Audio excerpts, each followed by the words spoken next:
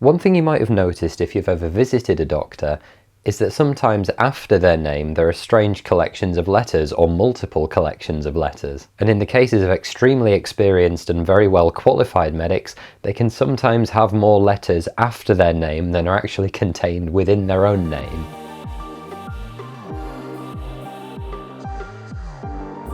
Hi everyone, welcome back to the channel. My name is Ollie and I'm a third year medical student at the University of Warwick. So this video is basically going to be a quick examination of some of the letters that doctors have after their name, what they each mean, and basically why they're important. Just the first big disclaimer I want to get out of the way is that this refers to the UK medical system only.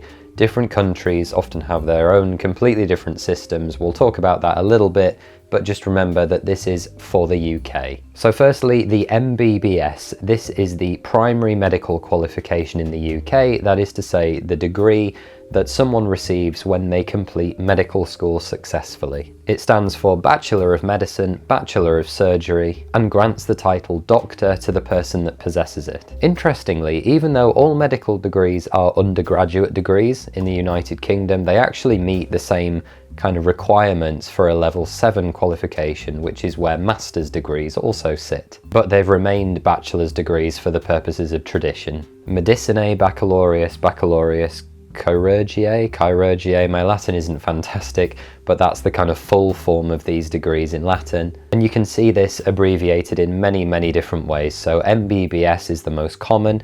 Where I study, we do MBCHB, but you'll also see MB, BCH, BMBS. There's a million variations on what different medical schools use, but they all mean this same thing. Basically, if someone has one of these and it looks roughly like that, they've graduated from a UK medical school. And as part of their studies at medical school or at another time, like I did, you might also study a bachelor's degree, which would grant BA for an arts degree or BSc for a science degree. Or equally, you could also do a master's degree, which would grant MA or MSc in the same way. Note that I said just then that some medical schools will encourage students to what's called intercalate, a bachelor's degree into their medical degree. These normally only take a year and are kind of sandwiched into the rest of the medical course, which would extend it to 6 years. And in the case of intercalated degrees, they're sometimes referred to as IBSCs or IBAs, just a little I to notify that it's been intercalated. Now the next kind of step up from here is a PhD, a Doctor of Philosophy. These programs tend to take 3 to 4 years of additional study, and they're usually based around 1 or 2 very specific research questions and comprise original research into an area of interest. Again, these could be done at any point. You could do one before going to medical school, you could do one during medical school as part of an MB PhD program,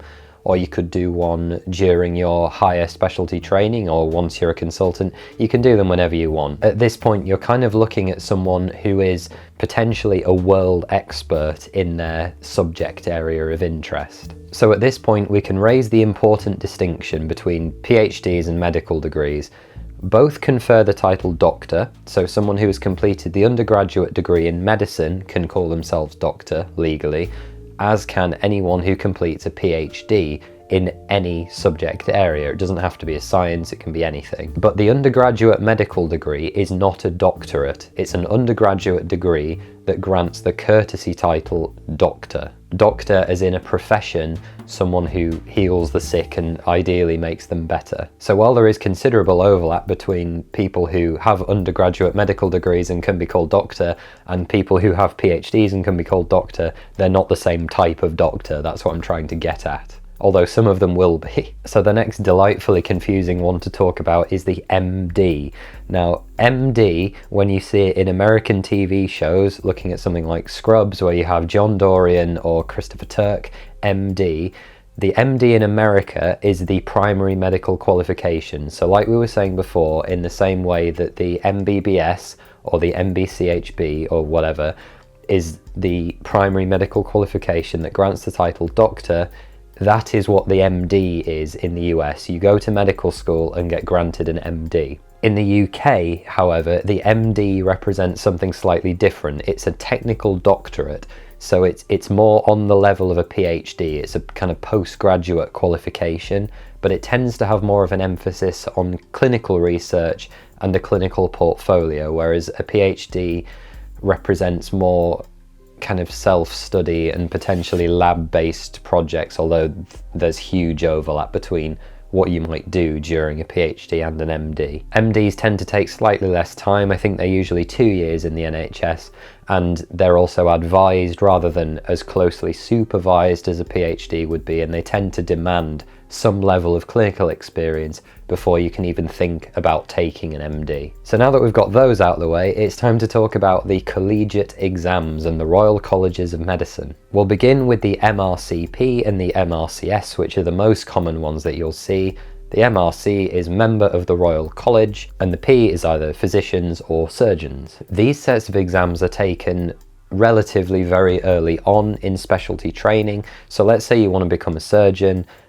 In the early years of your specialty training, you will have to take and pass the MRCS. Sometimes these are required to even get into particular specialty training programs, and while they are basic in terms of the specialties in which people will be training, they are difficult exams and many people do fail them. And it's one of those things where sometimes actually passing the MRCS early, it can be taken as early as foundation year 1, that can sometimes grant you an advantage if you're thinking about going into competitive specialties. And the MRCP might be taken for more internal medicine specialties, cardiology, respiratory medicine, things like that. So then kind of moving up a level, we then have the FRCS or its equivalents. So Fellowship of the Royal College of Surgeons is the most common one you'll see here. And there's a bit more variation, I think, at this level, at least as far as I understand it. Virtually all surgical specialties that I can think of require you to complete the FRCS and become a Fellow of the Royal College of Surgeons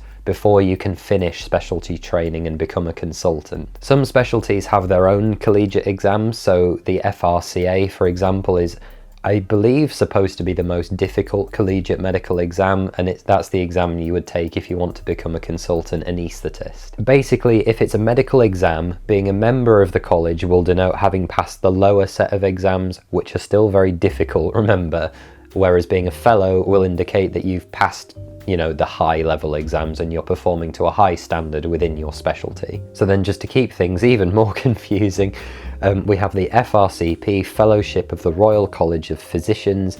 This is an elected honour from members of the college and isn't something that you would pass an exam in order to attain. It can also be awarded, so either to international medical experts or to foreign dignitaries, diplomats. Those are the kind of people that might receive it as well. And doctors, being the scientists that they are, it's very possible that they could be invited to join the Royal Society. And the Royal Society doesn't have anything intrinsically to do with medicine. It's the UK's premier scientific academy, maybe even in the world, one of the bigger ones.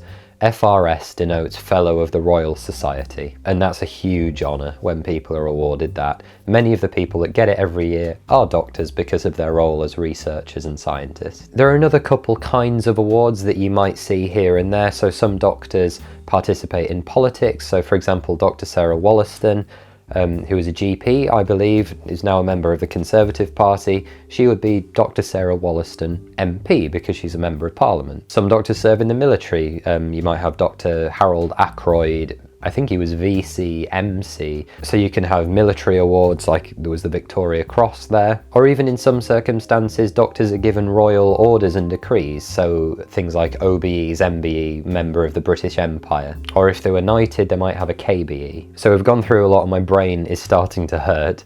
But clearly there are very many reasons why doctors might have letters after their names, and they can be awarded for all sorts of different situations. That's why it's so possible that a particular doctor could have very, very many letters after their name. As part of their training, obviously most doctors will collect quite a few de facto without having to do anything extrinsic to the training.